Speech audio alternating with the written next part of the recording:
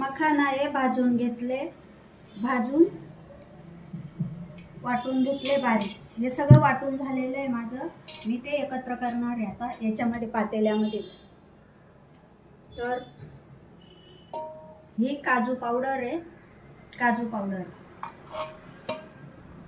ही बदाम आहे, खजूर आहे आणि मनुके. हे बाजूला वाटता येत नाही ना, म्हणून मग मी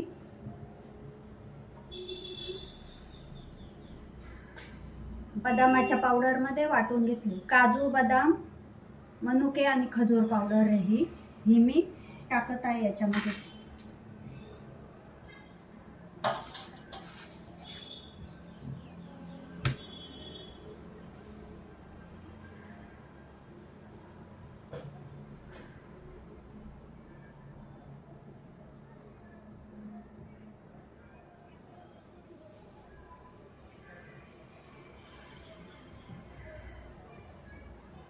ही खारीक पावडर आहे आणि त्याच्यामध्येच मी अंजीर वाटून घेतलेले.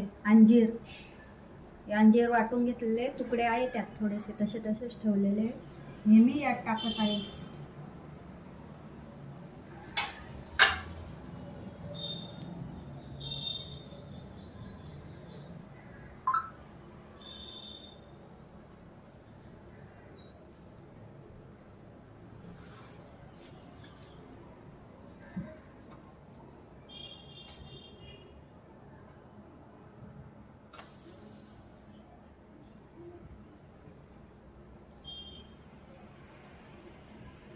ही अळशी आहे, अळशी, काळे तीळ, ओट्स आणि पांढरे तीळ. हे मी सगळं भाजून वाटून घेतलेलं आहे. हे मी यात टाकते.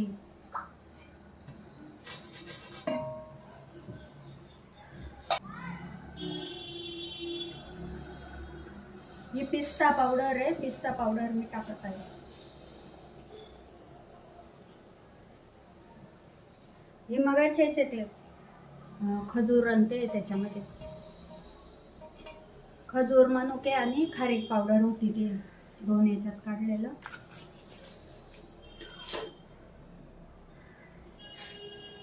ही खोबरे पावडर आहे, ते पण भाजून वाटून घेतलं, कापून घेतलेलं.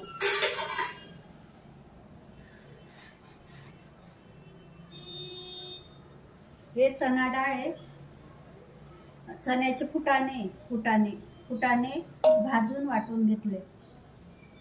चण्याचे फुटाणे असतात ना ते. अशा प्रकारे हे सगळं मिश्रण झालेलं आहे. आता मी ते कालवून घेते.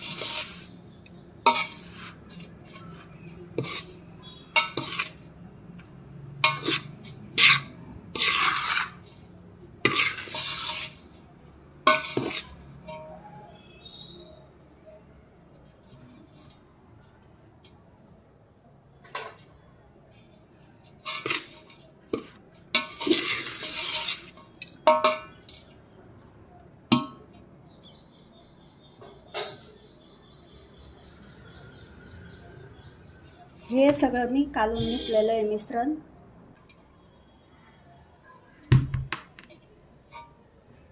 आता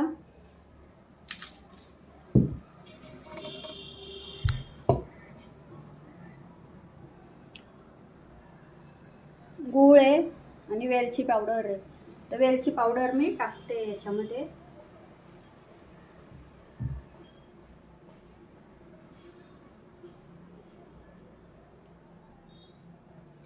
आता हा गूळ आहे ना मी तेलामध्ये गरम करणार आहे. मी तूप टाकणार होते पण माझ्या 2 मुलांना आहे ना तूप नाही चालत, तेलच लागतं त्यांना. तर हे डाएट लाडू होत आहेत, शुगर बीपीसाठी पण चांगले आहेत.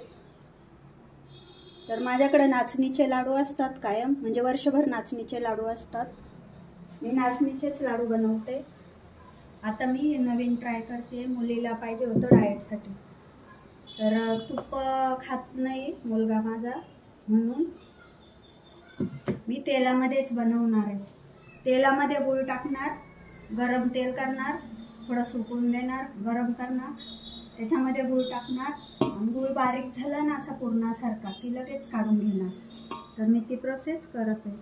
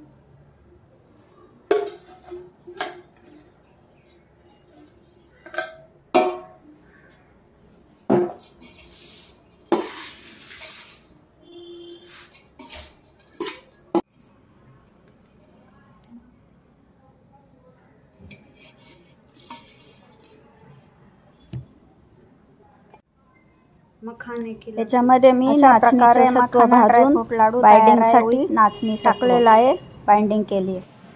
अशा प्रकारे मखाना लाडू तयार आहे विथ नाचणी सत्व.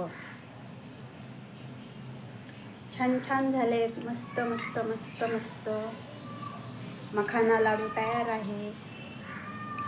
थँक्यू व्हेरी मच व्हिडिओ बघितल्याबद्दल. थँक्यू, आभारी आहे. बाइंडिंगसाठी मी नाचणी सत्व टाकलेलं आहे. नाचणी सत्व भाजून घेऊन त्याच्यामध्ये टाकलं आणि लाडू बांधलेले आहेत.